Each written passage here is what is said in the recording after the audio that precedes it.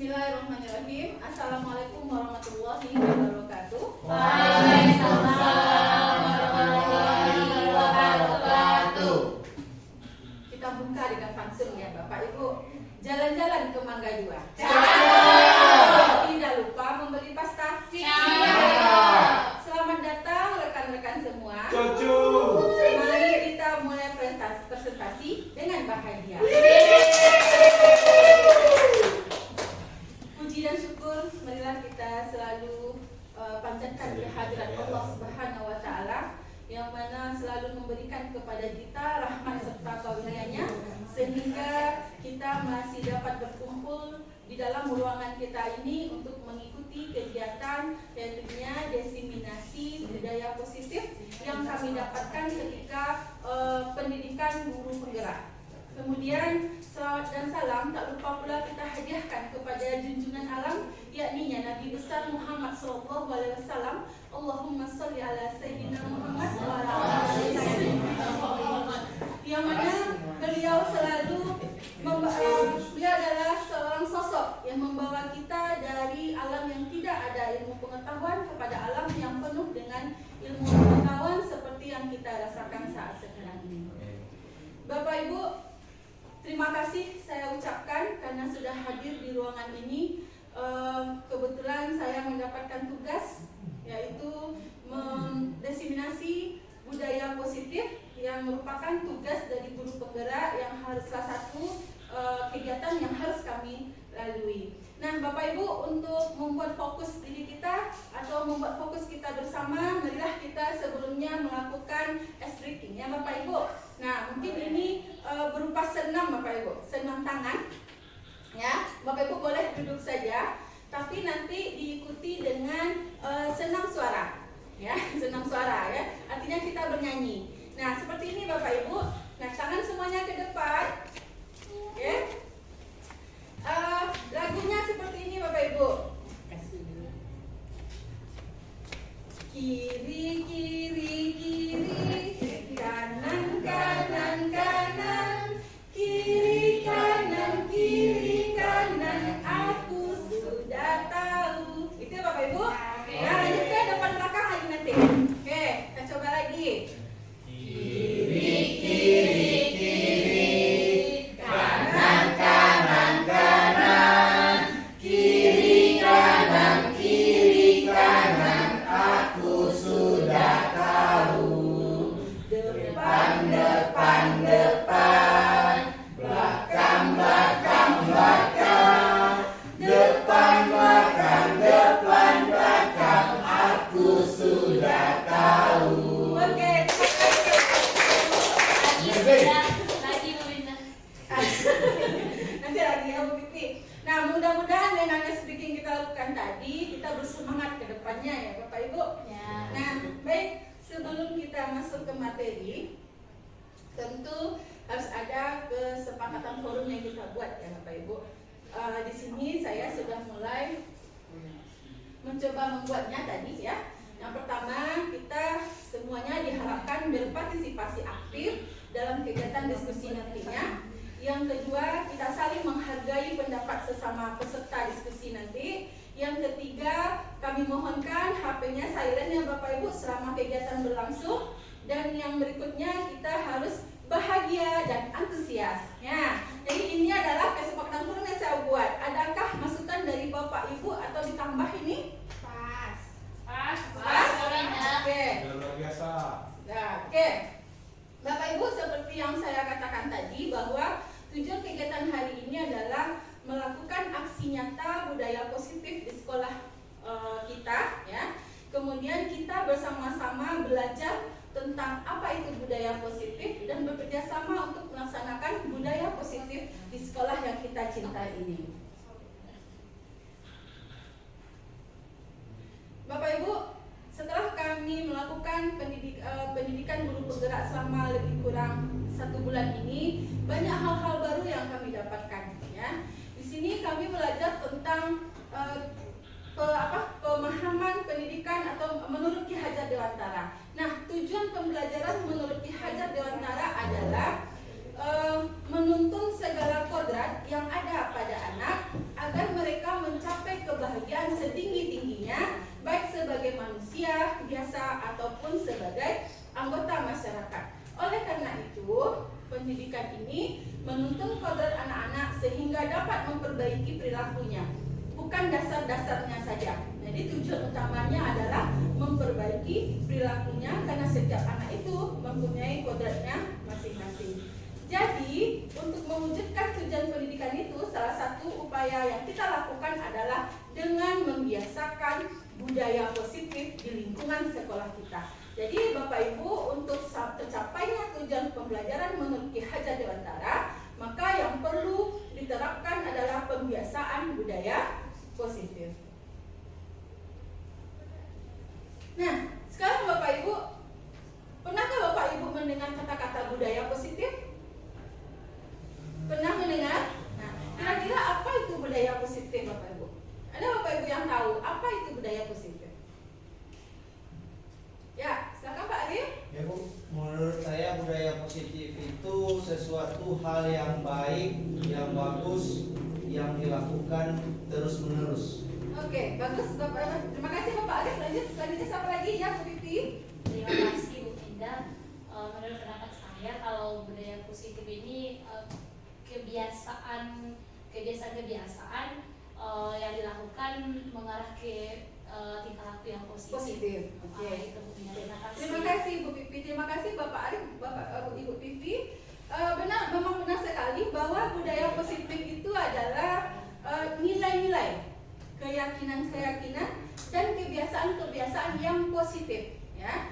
Yang kebiasaan positif ini kita terapkan di sekolah yang berpihak kepada murid agar murid dapat berkembang menjadi pribadi yang kritis, penuh hormat dan bertanggung jawab, ya. Jadi inilah yang dimaksud dengan budaya positif. Nah, sekarang tugas kita adalah bagaimana budaya positif ini bisa diterapkan di sekolah kita. Bapak Ibu, konsep inti dari budaya positif itu yang pertama adalah perubahan paradigma belajar, posisi kontrol, disiplin positif, nilai-nilai kebajikan, kebutuhan dasar manusia, motivasi perilaku manusia, keyakinan kelas, segitiga restitusi. Ini adalah konsep inti dalam budaya positif. Nah, berikut ini adalah kita akan mempelajarinya atau membahasnya satu persatu. Yang pertama kita membahas tentang paradigma baru. Apa itu paradigma baru? Ya, paradigma baru, pembelajaran dengan paradigma baru merupakan pembelajaran yang dirancang berdasarkan prinsip pembelajaran berdiferensiasi sehingga peserta didik belajar sesuai dengan kebutuhan tahap perkembangan dan juga pembelajaran harus sesuai dengan profil belajar Pancasila. Nah, kita ketahui bahwa dalam konsep pemahaman PKD ini, profil pelajar Pancasila ini adalah merupakan sesuatu hal yang sangat penting sekali. Nah, apa itu profil pelajar Pancasila? Kita sudah mengetahui ya bahwa terdiri dari beberapa dimensi, ya. Nah, yang pertama adalah beriman dan bertakwa kepada Tuhan Yang Maha Esa. Ya, di sini kita mengetahui bahwa ciri-cirinya adalah, ya, tentunya bagaimana murid kita ini nantinya betul-betul mempunyai jiwa yang beriman dan bertakwa kepada Tuhan Yang Maha Esa. Salah satu budaya positif yang dilakukannya itu adalah mungkin dengan sholat zuhur berjamaah, ya, kemudian sholat duha, atau hal-hal yang lain. Atau Bapak Ibu pernah tidak menerapkan ini atau menerapkan profil pelajar Pancasila dimensi yang ini di kelas? Adakah Bapak Ibu sudah menerapkannya? Ada. Sudah ya? Sudah. Memang ini adalah hal sesuatu yang sangat penting sekali karena ini adalah hal yang mendasar. Iman dan takwa itu adalah sesuatu hal yang mendasar. Nah, kalau sudah bagus iman dan takwanya, yang lainnya insya Allah akan menurut aja lagi Bapak Ibu. Jadi ini yang harus perlu kita terapkan sebagai budaya positif di sekolah kita. Selanjutnya adalah mandiri. Ya, bagaimana kita nanti mampu membuat siswa kita ini mandiri, menyelesaikan segala sesuatu itu tanpa ada bantuan orang lain, mampu menyelesaikan masalah itu dengan kemampuannya sendiri. Nah, selanjutnya bernalar kritis.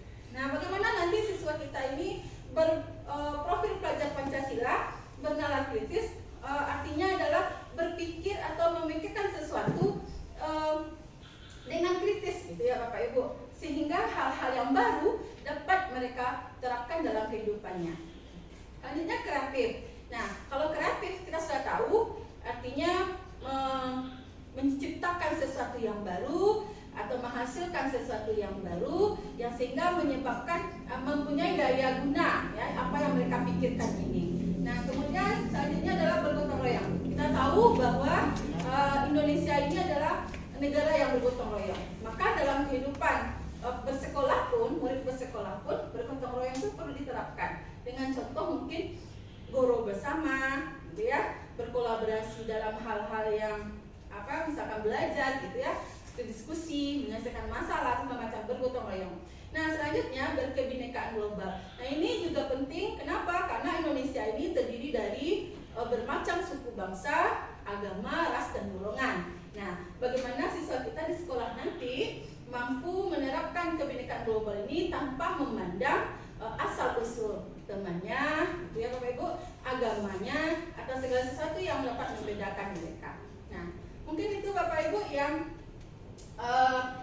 profil pelajar Pancasila ini. Selanjutnya adalah disiplin positif. Disiplin positif adalah suatu pendekatan untuk menerapkan disiplin diri anak tanpa hukuman dan tanpa hadiah. Jadi disiplin positif di sini perlu diterapkan baik dalam lingkungan keluarga maupun lingkungan sekolah. Dengan menerapkan disiplin positif diharapkan tidak ada kekerasan dan dapat dihindari kekerasan itu. Nah, sebagai seorang pendidik, tujuan kita adalah menciptakan peserta didik yang memiliki disiplin diri sehingga mereka berperilaku mengacu kepada nilai-nilai kebajikan universal dan memiliki motivasi intrinsik dalam perubahan perilaku ke arah yang lebih baik. Nah, Bapak Ibu, di sini dapat kita lihat bahwa manfaat disiplin positif itu yang pertama adalah menumbuhkan kepercayaan diri anak, ya. Kemudian mendukung kemandirian anak. Yang ketiga mendukung rasa tanggung jawab. Yang keempat mendukung lingkungan yang baik. Nah, hal yang perlu diketahui mengenai disiplin positif ini apa Bapak Ibu? Yang pertama kita harus paham dulu, kenali ciri khas anak tersebut dan pahami kebutuhannya.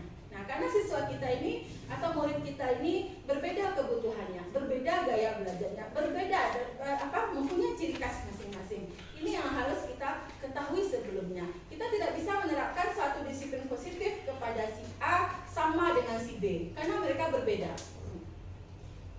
Selanjutnya, hal yang perlu dilakukan adalah menunjukkan sikap tegas, ya, konsisten, kasih sayang. Kemudian memberikan kesempatan kepada anak untuk belajar dari kesalahan, melakukan komunikasi yang baik dan menghargai anak. Ini adalah hal yang perlu diterapkan untuk menerapkan disiplin positif. Nah, yang dihindari juga perlu Bapak Ibu. Ada hal-hal yang perlu kita hindari dalam menerapkan disiplin positif ini. Yang pertama apa? Tentu menunjukkan sikap keras, ya, kata-kata keras ataupun perilaku yang keras.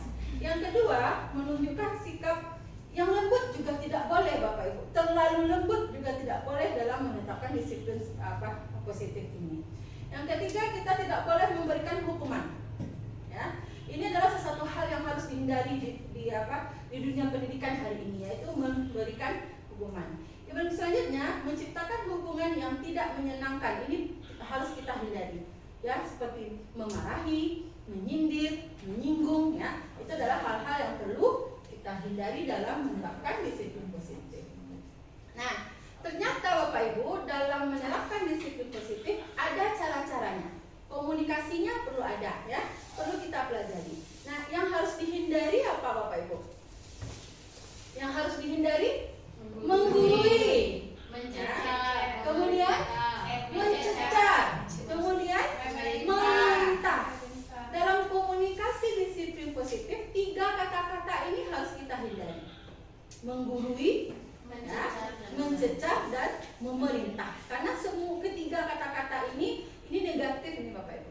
Nah, selanjutnya apa yang dianjurkan? Menceritakan pengalaman, menyatakan situasi, memberikan pilihan, atau bahkan nanti memberikan solusi, seperti itu ya, dalam disiplin positif ini. Nah, Bapak Ibu, kan tadi cara cara berkomunikasinya. Sekarang cara menerapkan disiplin positif di lingkungan sekolah kita. Yang pertama tentu mulainya dari kita sebagai guru. Betul apa tidak Bapak Ibu? Betul. Ya. Kita harus menjadi contoh dan teladan. Nah, kita tahu bahwa teladan kita yaitu Nabi Muhammad SAW itu merupakan suri teladan yang paling baik. Karena sesungguhnya Nabi itu diutus untuk apa Bapak Ibu? Untuk menyempurnakan akhlak. Ya, jadi akhlak kita dulu yang disempurnakan, baru kita bisa memberikan contoh kepada murid kita. Selanjutnya membuat keyakinan kelas. Ya. Terus menetapkan konsekuensi. Konsekuensi ini harus diterapkan Bapak Ibu. Karena tapi konsekuensinya itu nanti siswa itu sendiri yang membuat. Kalau saya melanggar ini konsekuensinya. Nah, kemudian memberikan pujian. Tidak memberikan penghargaan ya Bapak Ibu, tapi tetap kita harus memberikan pujian. Anak ibu sampian, ya, anak ibu pintar, anak ibu cantik, seperti itu ya, tetap harus diberikan. Kemudian menjalin komunikasi yang baik. Nah, selanjutnya Bapak Ibu, kita masuk ke kebutuhan dasar manusia. Nah, kebutuhan dasar manusia itu apa Bapak Ibu? Kebutuhan dasar manusia itu apa? Segala sesuatu yang kita butuhkan, kan begitu ya? Begitu ya Bapak Ibu ya? Segala sesuatu yang kita lakukan untuk mendapatkan apa yang kita inginkan atau apa yang kita butuhkan, ya. Seluruh tindakan yang kita lakukan memiliki tujuan tertentu dan semua usaha terbaik yang kita lakukan adalah dalam rangka memenuhi kebutuhan dasar dengan baik. Bapak Ibu, sesuai yang kami pelajari di guru penggerak, kita memiliki 5 kebutuhan dasar. Ya. Yang pertama bertahan hidup. Ya. Yang kedua kasih sayang dan rasa terima kasih. Kemudian penguasaan, kebebasan dan kesenangan. Nah, Bapak Ibu bisa lihat di slide yang saya tampilkan. Ya, bertahan hidup itu kita sudah tahu ya Bapak Ibu, ini berhubungan dengan kehidupan kita. Ya, di antaranya apa Bapak Ibu? Makan. Sudah pasti makan, pakaian kita, ya, tempat tinggal, keamanan dan kesehatan. Itu adalah untuk bertahan hidup. Bapak Ibu bisa nggak hidup kalau tidak makan? Tidak. Bapak Ibu bisa nggak hidup tanpa pakaian? Tidak. Itu tidak. Nah, itu adalah kebutuhan dasar hidup. Nah, karena kasih sayang dan rasa aman. Apa contohnya Bapak Ibu? Oke, rasa diterima, rasa dipedulikan, menjadi bagian dari satu kelompok, dihargai oleh satu kelompok, itu merupakan rasa kasih sayang dan rasa diterima. Kemudian penguasaan. Contoh dari penguasaan ini adalah tentu adanya harga diri seseorang, keinginan untuk dianggap, ya. Ini juga perlu Bapak Ibu. Kita tentu tidak dianggap berada dalam satu kelompok kecil ataupun besar. Kita tentu ada kebutuhan kita merasa ingin dianggap. Nah, ini adalah kebutuhan dasar, itu penguasaan. Nah, kemudian kebebasan. Ya, kebebasan yang kita inginkan itu adalah mandiri, memiliki pilihan, mencoba hal baru, kemudian mampu mengendalikan arah dirinya. Kemudian terakhir adalah kesenangan. Nah, Bapak Ibu mungkin ini adalah satu hal yang juga perlu bagi kita. Coba Bapak Ibu bayangkan, kita hidup tapi kita tidak pernah gembira. Ya. Kita hidup tapi kita tidak pernah ada rasa humor di diri kita. Ya. Kita hidup tapi tidak pernah kita tertawa. Bayangkan seperti apalah kita jadinya. Ya. Maka ini adalah kebutuhan dasar manusia. Bermain contohnya, humor, antusiasme, tertawa, ya, gembira. Nah, itu adalah kesenangan yang kita butuhkan. Selanjutnya motivasi perilaku manusia. Nah, motivasi ini Bapak Ibu ada motivasi ekstrinsik, ada motivasi intrinsik. Ya, kalau yang motivasi ekstrinsiknya itu adalah kita melakukan sesuatu. Ya, Bapak Ibu, saya mau tanya sebelumnya. Kalau kita melakukan sesuatu pasti ada motivasi di belakang itu semua. Betul apa tidak Bapak Ibu?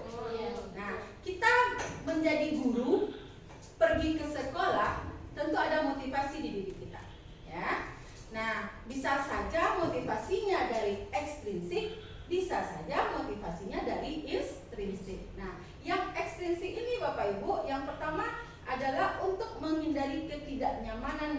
hukuman. Nah, kalau untuk menghindari ketidaknyamanan dan hukuman, kira-kira apa contohnya Bapak Ibu? Kita ke sekolah, ya. Kita motivasi kita adalah ekstrinsik yang pertama. Kira-kira apa contohnya Bapak Ibu? Takut terlambat. Takut terlambat. Takut terlambat masuk kelas. Ya. Kemudian, hukuman. nah nanti dihukum. Mungkin kalau kita guru tidak ada hukuman yang sifatnya apa, tapi hukuman yang verbal biasanya Pak Ibu ya. Waktu lihat loh Bapak Ibu itu terlambat, itu hukuman verbal lebih berbahaya Bapak Ibu daripada hukuman fisik. Mungkin itu motivasi kita. Kemudian untuk mendapatkan imbalan dan penghargaan. Apa kira-kira motivasi Bapak Ibu datang ke sekolah ya, mendapatkan imbalan atau penghargaan? Gaji. Ya, gaji ya. Akhirnya Bapak Ibu yang kita kerjakan ini tidak lillahi ta'ala lagi ya Bapak Ibu, tapi karena ada imbalannya, gaji, atau biar dilihat kepala sekolah, oh guru saya ini rajin, maka mendapatkan penghargaan. Kemudian motivasi intrinsiknya untuk menjadi orang yang mereka inginkan dan menghargai diri sendiri dengan nilai-nilai yang mereka percaya. Ini adalah betul-betul dari diri kita, ya. Jadi diharapkan sebenarnya adalah motivasi kita itu adalah Bapak Ibu dari intrinsiknya, dari dalam diri kita sendiri. Kira-kira gimana motivasi kita Bapak Ibu? Sudahkah intrinsik atau ekstrinsik? Bapak Ibu sendiri yang menjawab ya. Ya, tidak mungkin. Oke. Aku menunggu ya. Jawab ya sendiri ya, karena kita ini kan berbeda-beda. Kalau saya lillahi ta'ala. Masya Allah. Tabarakallah. Oke, selanjutnya kita masuk ke ini lagi Bapak Ibu. Ada hukuman, ada konsekuensi, ada restitusi. Nah, ketiga-tiga ini jauh berbeda, ya. Ketiga-tiga ini jauh berbeda Bapak Ibu. Yang pertama hukuman. Biasanya hukuman itu tidak terencana, ya. Tiba-tiba saja, misalkan ada murid yang terlambat, tiba-tiba Ibu Vivi datang tuh, kamu kenapa terlambat? Itu tiba-tiba aja, ya, kata-kata yang keluar itu tiba-tiba aja. Ayo ambil sampah 1 dus gitu ya. Ya kan Bu Vivi? Itu tiba-tiba kisah Bu Vivi. Nah, yang kedua, murid tidak tahu apa yang akan terjadi. Kan murid itu tidak tahu kalau nanti terlambat akan disuruh Bu Vivi ngambil sampah 1 dus, ya. Kemudian bersifat satu arah. Nah, dari Bu Vivi-nya, dari muridnya enggak, ya. Jadi satu arah. Kemudian berupa hukuman fisik dan hukuman atau hukuman psikis. Apa itu fisik? Disuruh lari, disuruh push up, disuruh ambil sampah. Kalau psikisnya apa? Mungkin dengan kata-kata, mungkin kenapa kamu terlambat terus, gitu ya? Apalah kamu ini? Dasar pemalas atau gimana? Ya. Lanjutnya konsekuensi. Kalau konsekuensi Bapak Ibu, yang pertama bagaimana Bapak Ibu? Terencana, disepakati sebagai peraturan, kemudian murid tetap dibuat tidak nyaman dengan konsekuensi itu, dan yang ketiga sikap guru selalu memonitormu. Kalau restitusi seperti apa Bapak Ibu? Prosesnya menciptakan kondisi bagi murid yang memperbaiki kesalahan, ya. Kemudian terjadilah proses kolaborasi, ya, yang mengajarkan murid untuk mencari solusi sendiri, tapi bantuannya dari kita yang mengarahkan, ya. Bapak Ibu, ini ada contoh hukuman dan konsekuensi, ya. Yang pertama mencatat 100 kali, yang kedua lari berkeliling lapangan, yang ketiga berdiri di depan kelas sambil mengangkat kaki, berbahaya sekali ya Bapak Ibu. Kemudian menggantikan kertas tugas teman yang telah dicoret, ya. Kemudian membersihkan tumpahan air. Murid diminta telanjang kaki, lari keliling lapangan basket. Kira-kira mana yang hukuman, mana yang konsekuensi Bapak Ibu? 1, 2, 3 hukuman. Mana Beza? Silakan Beza.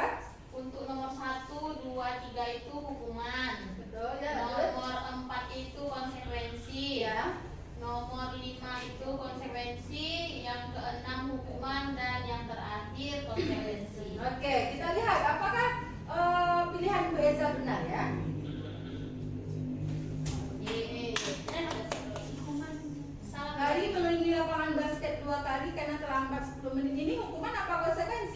Konsekuensi. Karena dalam mata pelajaran PJOK. Oke, berarti ini konsekuensi ya. Berarti betul. Berarti Ya. Bu Eza bisa dapat reward ya Bu. Iya. Ya. Oh, juga nggak boleh lagi sekarang Bu Eza. Oh, gitu. Hanya ujian. Bu Eza Santia. Oh, terima Tepuk kasih. Santia. Aku subok. Aku tidak. Duo aku. Santia. Oke, terima kasih Bu Eza. Tiba-tiba apa saja Oke. Lihat meminta. Bapak Ibu, ternyata hukuman itu adalah identitas yang gagal, ya. Sedangkan konsekuensi dan restitusi itu adalah identitas yang berhasil atau sukses. Ya, hukuman kita lihat di sini sesuatu yang menyakitkan harus terjadi, ya. Kalau di konsekuensi sesuatu harus terjadi. Kalau di restitusi merupakan pilihan, ya. Kemudian yang kedua, tidak nyaman untuk murid atau anak untuk jangka waktu yang panjang. Kalau konsekuensi, tidak nyaman untuk murid dalam jangka waktu yang pendek. Kalau hukuman tadi panjang, artinya dendam muncul, ya, maka teringat sekian lama, bahkan sudah tamat pun teringat. Nah, kalau untuk konsekuensi itu hanya dalam jangka waktu yang pendek. Nah, kalau restitusi menguatkan untuk murid atau anak dalam jangka waktu yang panjang, tapi ini sifatnya menguatkan.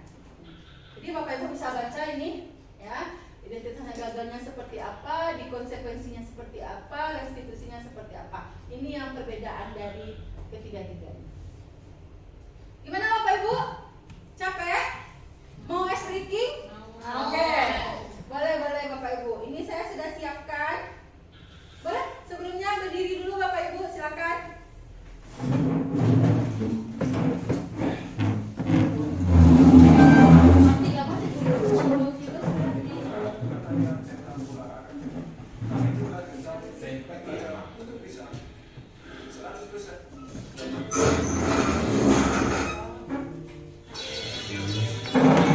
Oke, silakan dibayang semuanya Bapak Ibu.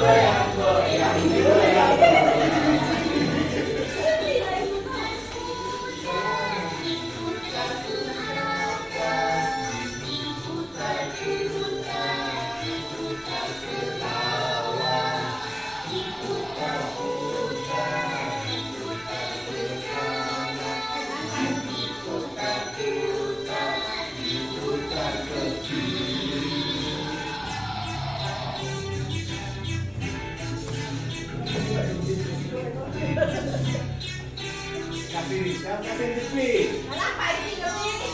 Lagi Bapak Ibu.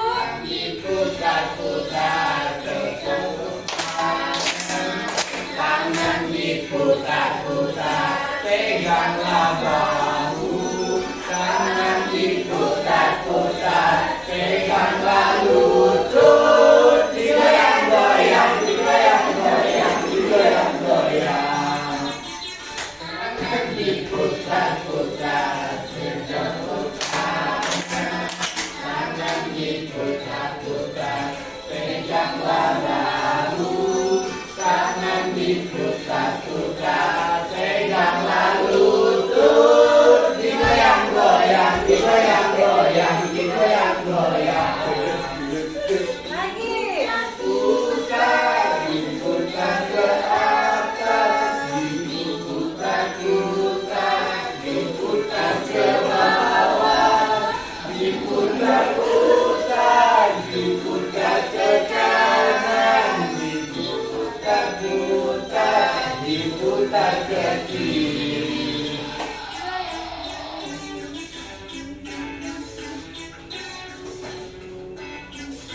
Itu ya. Itu ya.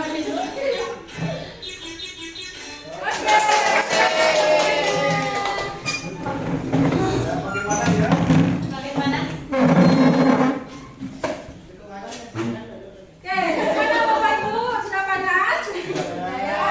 Menyala. Menyala. Olahraga dan tadi sore. Bisa kita lanjut lagi Bapak Ibu? Bisa. Baik Bapak Ibu, selanjutnya kita masuk ke posisi kontrol ya Bapak Ibu, bahwa ada miskonsepsi yang terjadi di diri kita sebagai seorang guru. Yang pertama adalah guru ini menganggap bahwa dia ini harus mengawasi siswanya atau mengawasi muridnya. Dia 100% mengawasi muridnya, kemudian beranggapan bahwa kritik dan membuat rasa bersalah itu mampu menguatkan karakter murid. Ternyata itu salah Bapak Ibu. Kemudian ada juga bahwa penguatan positif, efektif dan bermanfaat. Dan terakhir adalah kita sering menganggap bahwa orang dewasa berhak memaksa. Kita kan guru nih Bapak Ibu, berarti kan kita posisinya orang dewasa. Maka kita berhak memaksakan kehendak kita kepada murid kita. Sama dengan orang tua memaksakan kehendaknya kepada anaknya. Nah, Bapak Ibu, ternyata ada 5 posisi kontrol guru. Ya, yang pertama adalah penghukum, yang kedua pembuat merasa bersalah, kemudian sebagai teman, pemantau dan manajer. Ya, kita tahu bahwa penghukum itu artinya menggunakan hukuman untuk mengontrol perilaku siswa, perilaku murid. Nah, kemudian membuat rasa bersalah dengan cara memberikan nasihat yang membuat siswa merenung kesalahannya itu dan merasa bersalah terhadap apa yang dilakukannya. Nah, yang berikutnya adalah teman, berusaha untuk dekat dengan murid dan memahami masalah-masalah yang mereka hadapi. Kemudian pemantau, ya, pemantau ini adalah memantau perilaku murid dan memberikan arahan jika diperlukan. Yang terakhir adalah manajer, mengelola kelas dengan cara yang efektif dan efisien.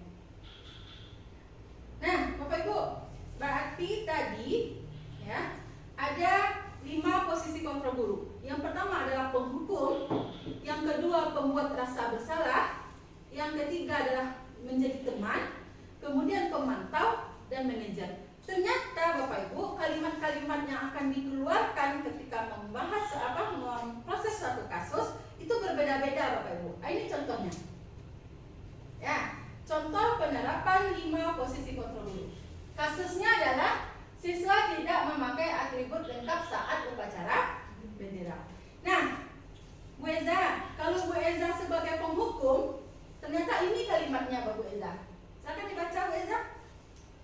Hormat pada bendera selama 1 jam. Nah, itu adalah posisinya sebagai penghukum. Nah, akan berubah kalimatnya kalau dia membuat merasa bersalah. Bu Pipi, mohon dibaca Bu Pipi, kalimatnya apa Bu Pipi? Baik, Bu Linda. Berapa kali ibu atau bapak harus memberitahu kamu? Berapa kali ibu atau bapak harus memberitahu kamu? Kamu selalu saja mengecewakan ibu. Ya, itu lengkap dengan intonasinya ya. Nah, sekarang posisi sebagai teman. Bu Nabila, silakan. Karena Bu Nabila yang paling muda kan, tentu menganggap muridnya teman ya. Kalimatnya seperti apa kira-kira dan intonasinya? Oke, Bu Minda. Ayo dong ikuti aturan sekolah. Yang kedua, tolong bantu ibu ya sekali ini. Ya sudah, tidak apa-apa. Itu kalimat apa ya? Kalimat seorang teman berbicara dengan temannya. Ya. Sekarang kalimat yang akan keluar jika posisi Bapak Ibu menjadi pemantau. Ya. Pak Randi, silakan Pak Randi. Kamu sudah melanggar peraturan sekolah. Ya. Kamu tahu konsekuensinya. Pulang sekolah bilang ke orang tuamu ya untuk melengkapi atributmu itu. Oke. Pas sekali ya kalau Pak Randi ya. Kamu sudah melanggar. Kamu tahu konsekuensinya. Berarti di situ kalimat-kalimatnya. Ya Bapak Ibu. Nah, yang terakhir adalah manajer. Ya Pak Ronald, silakan. Silakan Pak Ronald. Gimana intonasi kalimat kalau kita sebagai seorang manajer? Baiklah Bu Minda, saya akan mencoba. Di sini, apakah kamu kesalahanmu, kira-kira keyakinan apa yang kamu langgar? Bagaimana kamu memperbaiki kesalahanmu? Oke, terima kasih Pak Ronald, Bapak Ibu yang lain. Di sini terlihat jelas ya Bapak Ibu, kalimat-kalimat atau kata-kata yang dikeluarkan bedanya sangat jelas sebagai penghukum, pembuat merasa bersalah, teman, pemantau, dan manajer. Nah, posisi yang terbaik itu tentu di manajer kalau kita lihat kan Bapak Ibu. Di situ seorang posisi guru itu mengingatkan, kemudian memberitahukan kesalahannya apa, keyakinan apa yang dilanggar, terus bagaimana solusinya. Jadi yang paling tepat itu kita sebagai seorang guru yang harus kita terapkan dalam pembelajaran kita itu adalah posisi kontrol sebagai manajer. Semoga kita mampu ya Bapak Ibu menjadi seorang manajer. Nah, ini ada beberapa kalimat Bapak Ibu, kita boleh kuis lah ya. Nah, yang pertama, saya kecewa sekali dengan kamu. Itu kalimat apa tuh Bapak Ibu? Penghukum. Penghukum. Lanjut. Karena kau karena kamu mana lagi ya? Bentar. Saya kecewa sekali dengan kamu. Rasa bersalah. Oh ya. Kecewa. Rasa bersalah ya, pembuat rasa Bersalah. Kemudian karena kamu tidak membuat PR sekali lagi, kamu harus Hukum. berdiri. Tadi Hukum. Lanjut. Apa rencanamu untuk menyelesaikan masalah ini? Menyelesaikan. Pemantau. Mantau. Pemantau ya Bapak Ibu. Manajer. Manajer. Manajer. Manajer. Manajer. Karena ini menyelesaikan masalah ya Bapak Iya. Ibu.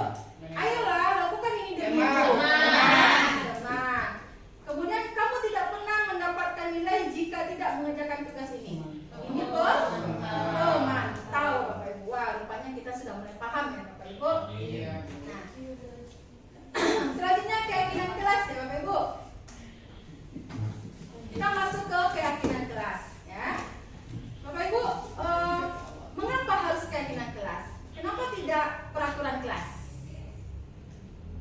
Karena kalau peraturan kelas itu identik dengan kalimat yang agak keras dan negatif. Kalau Oke. keyakinan kelas itu lebih kalimatnya ke yang positif. Oke, baik, betul sekali Bapak Ronald bahwa keyakinan kelas itu biasanya terdiri dari kalimat positif, dan kalau peraturan itu lebih keras ya Bapak Ronald ya.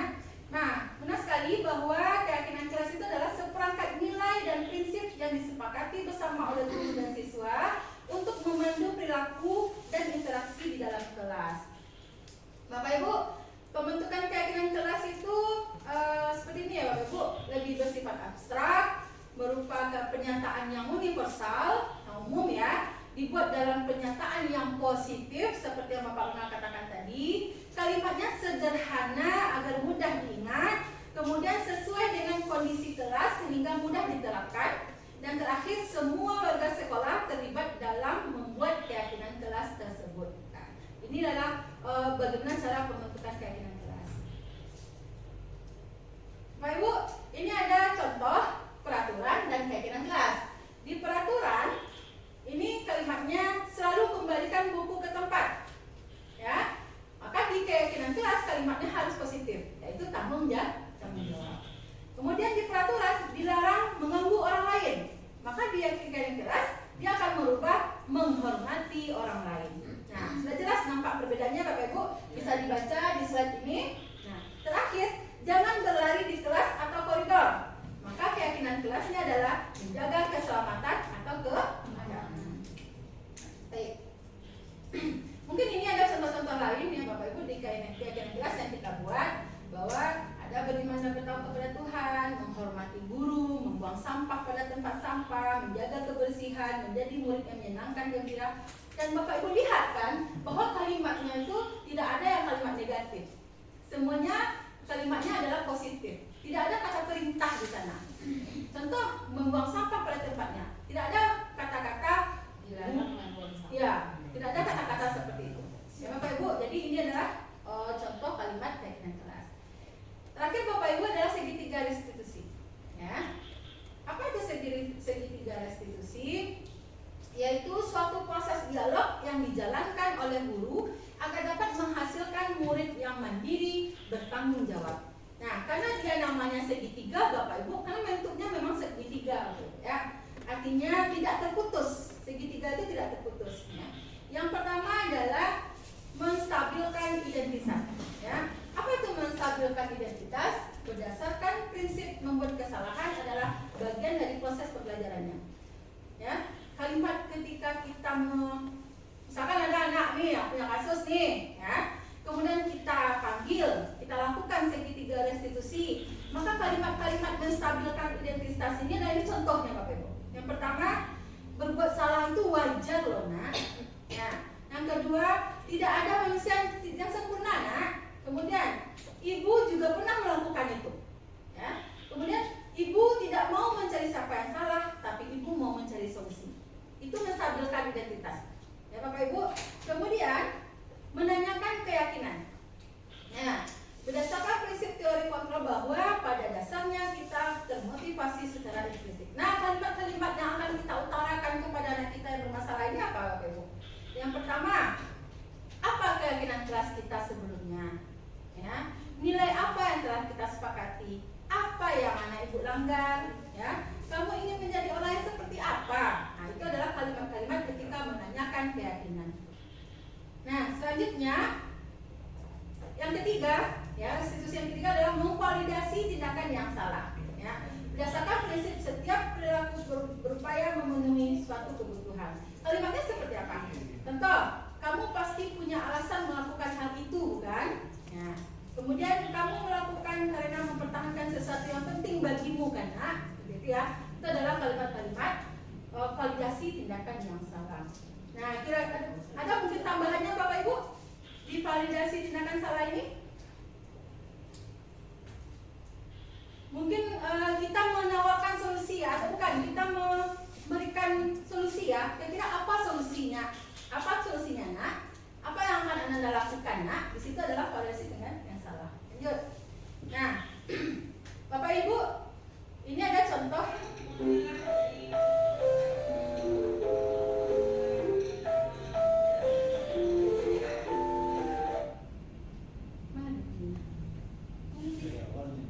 Emang langsung aja itu ya tadi. Oh, bentar ya Bapak Ibu.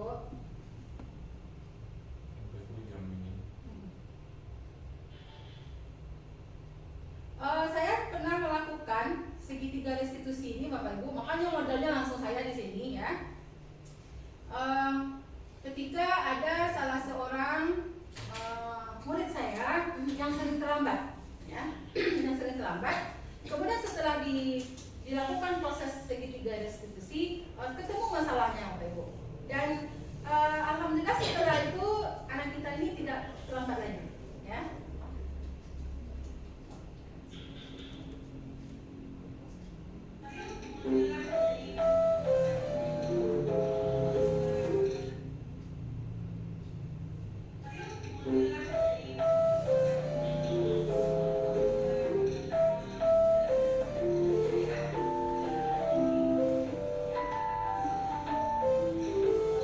Ya, nama siswa kita ini Putri Bapak Ibu.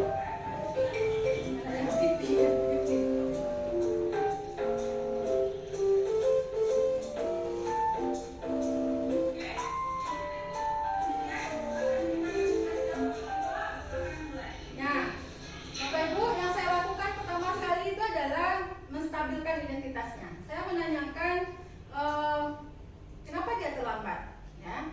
Kemudian saya katakan bahwa semua orang itu pernah terlambat. Bahkan ibu sendiri pernah terlambat, tapi karena ada alasan-alasan tertentu. Dan tentunya Ananda punya alasan tertentu kenapa terlambat. Di sini menstabilkan identitas.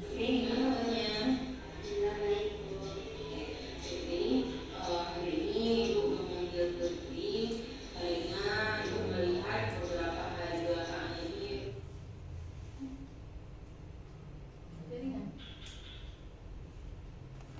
Kenapa, Pi?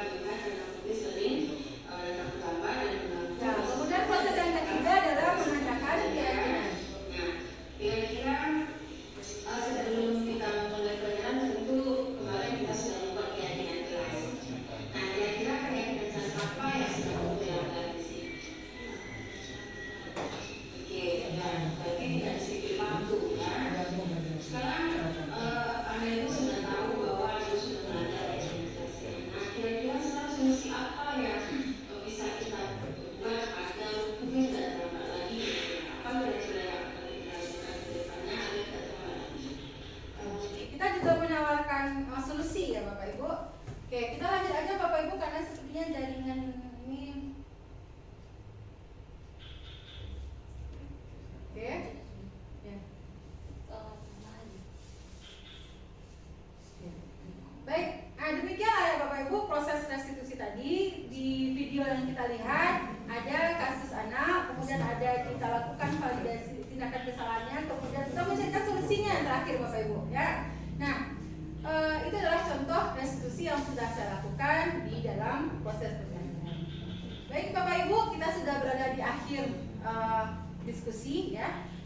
Penutup, dalam penerapan disiplin positif, hendaknya guru memiliki standar kepribadian, profesional dan sosial yang baik, di mana guru mampu merefleksikan dirinya dalam posisi kontrol saat ini bagaimana perjalanan dirinya sebagai among atau manajer yang menuntun murid-muridnya menjadi insan yang mandiri, merdeka dan bertanggung jawab. Ya. SMP ya, Standar Nasional Pendidikan. Baik Bapak Ibu, setelah kita melihat atau mempelajari modul kita slide kita tadi ya Bapak Ibu, sudah jelas sekali kita berharap bagaimana kita menjadi seorang guru yang memiliki posisi kontrol sebagai seorang manajer, sehingga kita menjadi among bagi murid kita, yang menuntun murid kita menjadi insan yang mandiri, merdeka dan bertanggung jawab. Dan semua yang kita lakukan, kita tentu berharap pahala dari Allah Subhanahu wa taala, menjadikan sesuatu yang baik bagi kita dan menjadikan sesuatu yang bermanfaat juga bagi kita dan orang lain. Baik Bapak Ibu, kita sudah berada di akhir kegiatan kita. Sebelum saya menutup kegiatan ini, saya ingin mohon refleksinya Bapak Ibu. Adakah Bapak Ibu yang mau memberikan ataupun menjelaskan memberikan refleksinya bagaimana perasaannya hari ini setelah belajar ini, mengetahui ini, kemudian apa yang akan dilakukan ke depannya. Ada Bapak Ibu? Ya, mungkin Bapak Ronald ya. Silakan Bapak Ronald. Refleksi hari ini. Baiklah, terima kasih Bu Mika, sangat menyenangkan dan menambah ilmu baru ya Bu Mika Ya. terhadap profesi kita sebagai guru. Ternyata selama ini kita belum melakukan hal-hal yang seperti Bu Mika sampaikan. Bagusan itu seperti sertifikat restitusi. Mungkin dari posisi kita selama ini banyak yang Bu Mika sebagai penghukum mungkin Bu Mika ya, karena belum tahu gitu ya Bu Mika.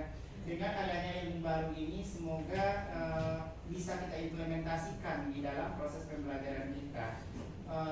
Mungkin itu saja refleksi pada sore hari ini yang dapat saya sampaikan Bu Mika. Terima kasih Bapak Ronald. Hapus dulu ke Bapak Ronald. Siapa dulu yang mau memberikan refleksinya? Sudah cukup? Sudah. Dan jelas sekali Bapak Ibu, mudah-mudahan dengan proses belajar kita hari ini, destinasi kita hari ini memberikan manfaat untuk kita dan untuk orang seperti kita, dan tentunya untuk murid kita. Ya Bapak Ibu, saya sebagai CGP hari ini Bapak Ibu, terima kasih sekali lagi, saya ucapkan terima kasih. Mohon maaf kalau ada salah kata. Saya akhiri dengan wabillahi taufiq wal hidayah. Assalamualaikum warahmatullahi wabarakatuh. Waalaikumsalam. Tepuk tangan untuk kita.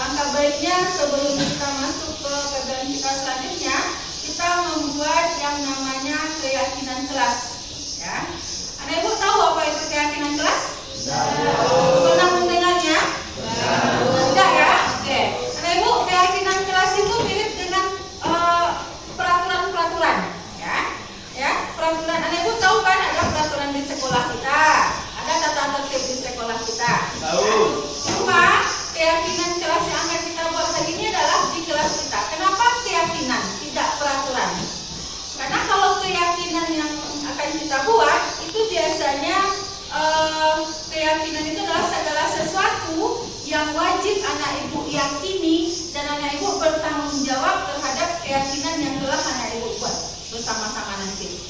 Paham ya? Oke. Misalnya kita akan membentuk keyakinan kelas dalam bentuk sebuah kesepakatan. Nanti keyakinan kelas kita ini akhirnya berupa sebuah kesepakatan. Contoh ya, kita anak ibu harus saling menghargai, ya, baik itu dengan sesama teman, sesama dengan guru, atau dengan orang-orang di lingkungan sekolah kita, bahkan dengan orang tua. Ya, itu kan merupakan sebuah kesepakatan, ya kan? Nah, atau contoh lain, anak ibu dilarang mencontek ketika ujian, ya, itu kan merupakan kesepakatan kita nanti. Nah, atau contohnya lagi, anak ibu dilarang membuang sampah di dalam kelas, ya, itu merupakan kesepakatan. Namun, ya, yang akan kita buat nanti ini adalah kalimat-kalimatnya harus kalimat yang positif. Anak ibu hindarilah kalimat jangan, ya, dilarang. Ya, contoh ya, dicontohkan. Anak ibu mengatakan dilarang mencontek ketika ujian. Nah, ketika seperti itu, maka kalimatnya harus anak ibu rubah menjadi jujur. Kan kalau mencontek itu kan tidak jujur. Ya, maka anak ibu buatlah kesepakatan kelasnya atau keyakinan kelasnya berupa perilaku jujur. Ya, contoh lain, jangan membuang sampah, ya, dilarang membuang sampah. Maka anak ibu tidak boleh membuat dilarang membuang sampah. Tapi apa kalimat positifnya kira-kira? Pelihara kebersihan. Ya, itu adalah kalimat-kalimat positif. Sudah paham? Atau dilarang bertengkar dengan sesama teman. Nah, dilarangnya kita hilangkan. Maka kita rubah dengan saling menghargai. Ada kalimat negatif sana? Tidak. Kalimat positif semua. Ya, paham ya ibu? Paham. Nah, keyakinan kelas yang akan kita buat ini berdasarkan masukan dari anak ibu yang akan kita sepakati bersama. Jadi anak ibu, kita mulai membuat keyakinan kelas. Anak ibu akan ibu bagi kertas ini. Satu anak ibu membuat satu keyakinan kelas. Ya, terserah mau disiplin. Kalau datang tepat waktu berarti disiplin, ya kan? Tidak mencontek, berarti anak ibu buat jujur. Tidak menghargai teman, maka buat saling menghargai. Seperti itu ya, kalimat-kalimat seperti itu. Ini ibu bagi satu murid, satu anak ibu, satu kalimat positifnya.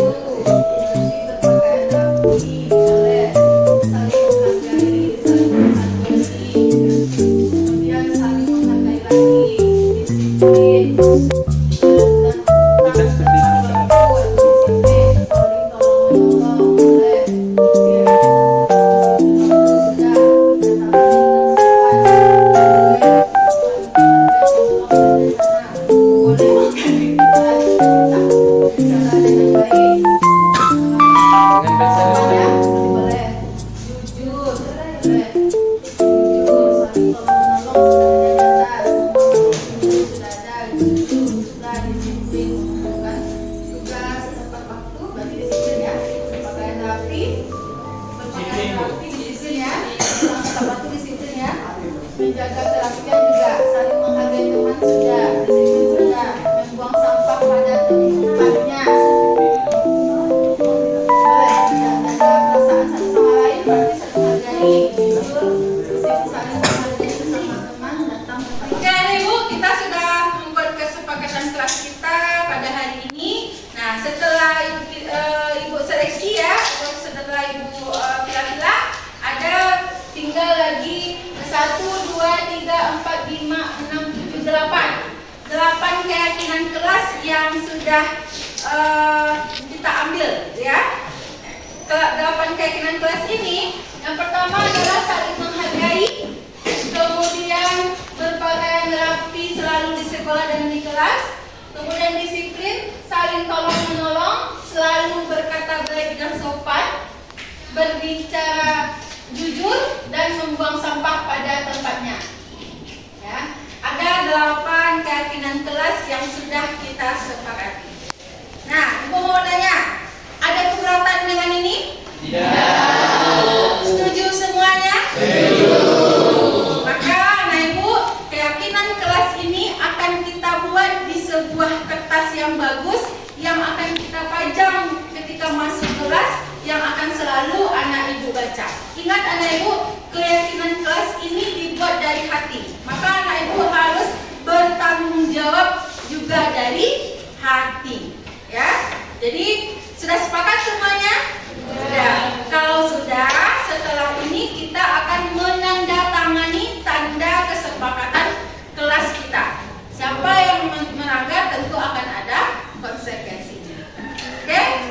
Terima kasih.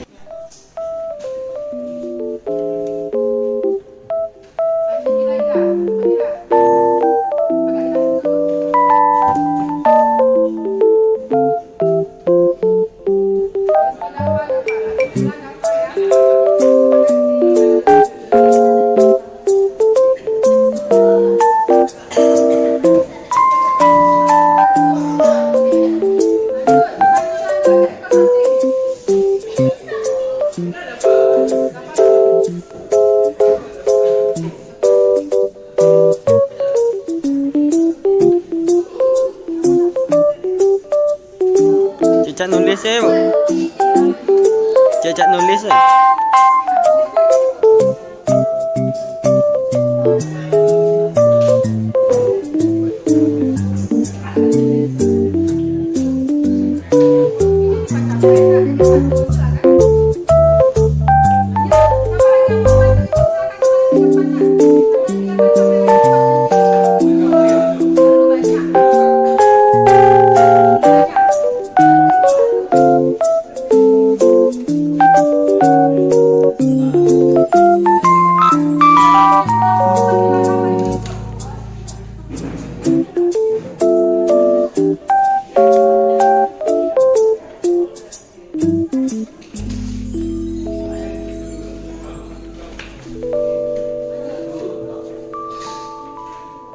Onde.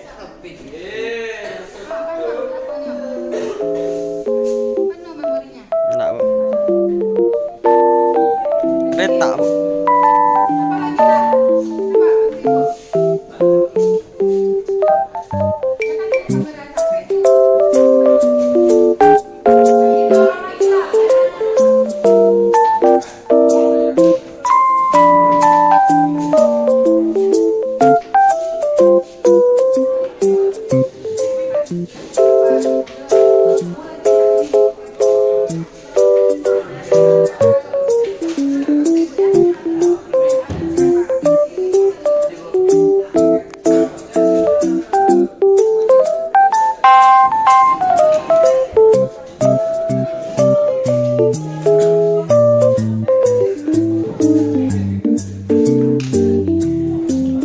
Ikut terakhir, Bu.